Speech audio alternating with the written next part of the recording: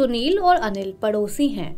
सुनील का जीवन खुशियों से भरा था, वहीं अनिल हर रोज नई नई कठिनाइयों का सामना करता। सुनील कपड़ों का व्यापारी था, वहीं उसकी पत्नी सीमा एक स्कूल टीचर थी। वो दोनों अपनी बेटी ऋचा को अच्छे स्कूल में पढ़ाने भेजते थे और उसकी हर छोटी बड़ी जरूरत का ख्याल रखते थे। उनका परिवार खुशहाल था। अगर बात करें अनिल की, तो वो सुनील के कारखाने में काम करता था और उसकी पत्नी शीला घर पर ही कपड़े सिलने का काम करती थी। उनके दोनों बच्चे अमन और मिनी पास के ही सरकारी स्कूल में पढ़ने जाते थे और कभी कभी घर पर अपनी माँ का हाथ भी बटाते थे। उनका जीवन कठिनाइयों से भरा था।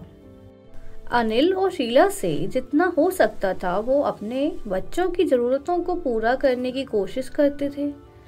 सुनील के कारखाने में काम करने के बाद भी सुनील अनिल को अपने दोस्त जैसा समझता था और पड़ोसी होने के नाते अपना फर्ज भी निभाता था। सर्दी और क्रिसमस का समय था। ऋचा, मिनी और अमन बैठकर बातें कर रहे थे।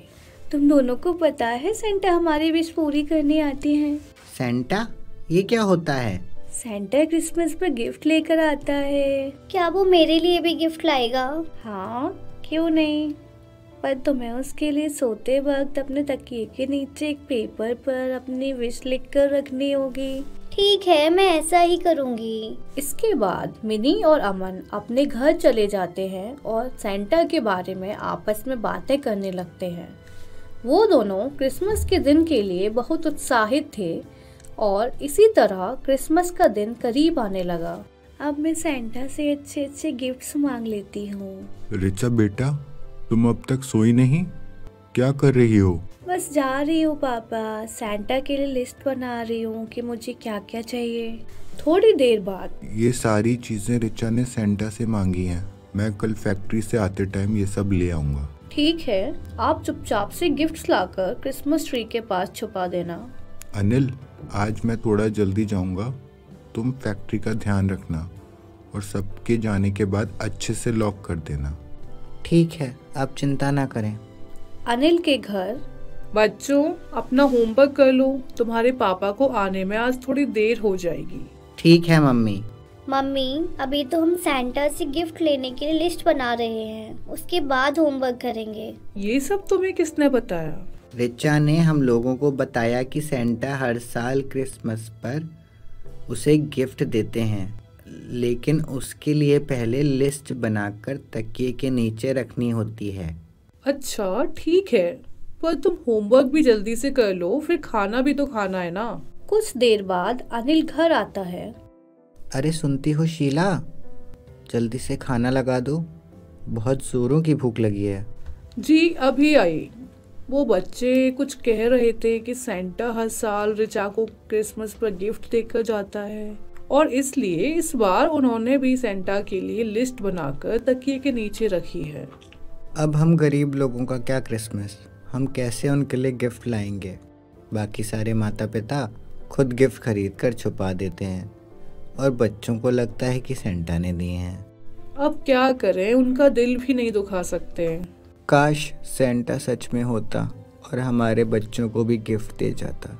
जैसे जैसे क्रिसमस का दिन नजदीक आता गया, दोनों घरों में उत्साह का माहौल था, लेकिन दोनों परिवारों का माहौल एक दूसरे से बहुत अलग था।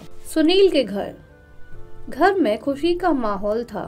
सीमा और ऋचा क्रिसमस ट्री को सजा रहे थे, जबकि सुनील चुपके से उपहारों को उसके नीचे रख रहा था ताकि ऋचा उन्हें देख न सके। घर में ताजे बेक्ड कुकीज की खुशबू आ रही थी।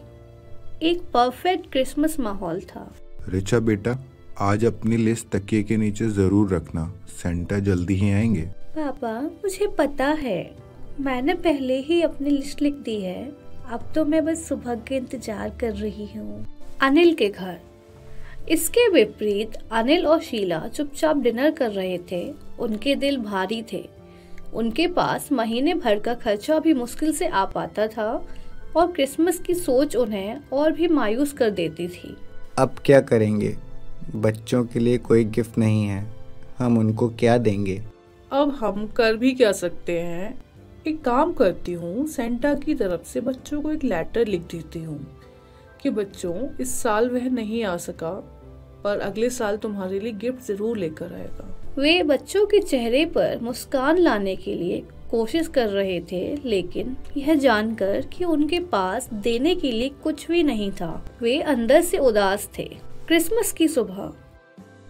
अगली सुबह बच्चे जल्दी उठ गए और क्रिसमस ट्री के पास गिफ्ट देखकर चौंक गए, क्योंकि ये उनके लिए बिल्कुल भी साधारण नहीं था। देखो मिनी, सेंटा ने हमें गिफ्ट दिए हैं।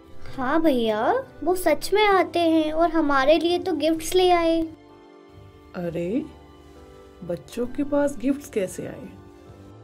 अरे वाह मेरे बच्चों, तुम्हें तो काफी अच्छे गिफ्ट्स मिल गए हैं। इस बीच रिचा को अपने गिफ्ट्स देखकर खुशी हुई, लेकिन उसे अपने दोस्तों अमन और मिनी की याद आ रही थी। वह चुपके से एक टैडी उठाती है और अपने मम्मी पापा से पूछती है, पापा क्या मैं ये टैडी मिनी को दे सकती हूँ? मुझे लगता है कि उसके पास उतने खिलौने नहीं हैं जितने कि मेरे पास हैं। बिल्कुल रिचा, ये बहुत अच्छी बात है कि तुमने ऐसा सोचा। अमन, मिनी, मेरी तरफ से ये तुम्हारे लिए क्रिसमस का तोहफा। बच्चों ने खुश होकर उन्हें गले लगा लिया। क्रिसमस का जादू सिर्फ उन उपहारों में नहीं था जो उन्हें मिले, बल्कि उस प्यार में था जो उन्होंने एक दूसरे के साथ बांटा। जैसे जैसे दिन आगे बढ़ा, दोनों परिवारों ने हंसी और खुशी के साथ क्रिसमस का दिन बिताया, परंतु अनिल और शीला के मन में अभी भी एक सवाल था कि उनके बच्चों को गिफ्ट्स कैसे मिले।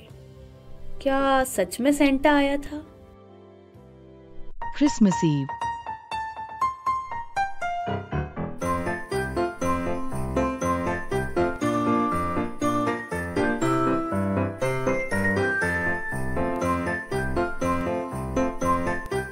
अब क्या करेंगे? बच्चों के लिए कोई गिफ्ट नहीं है, हम उनको क्या देंगे? अब हम कर भी क्या सकते हैं? एक काम करती हूँ, सेंटा की तरफ से बच्चों को एक लेटर लिख देती हूँ कि बच्चों, इस साल वह नहीं आ सका पर अगले साल तुम्हारे लिए गिफ्ट जरूर लेकर आएगा।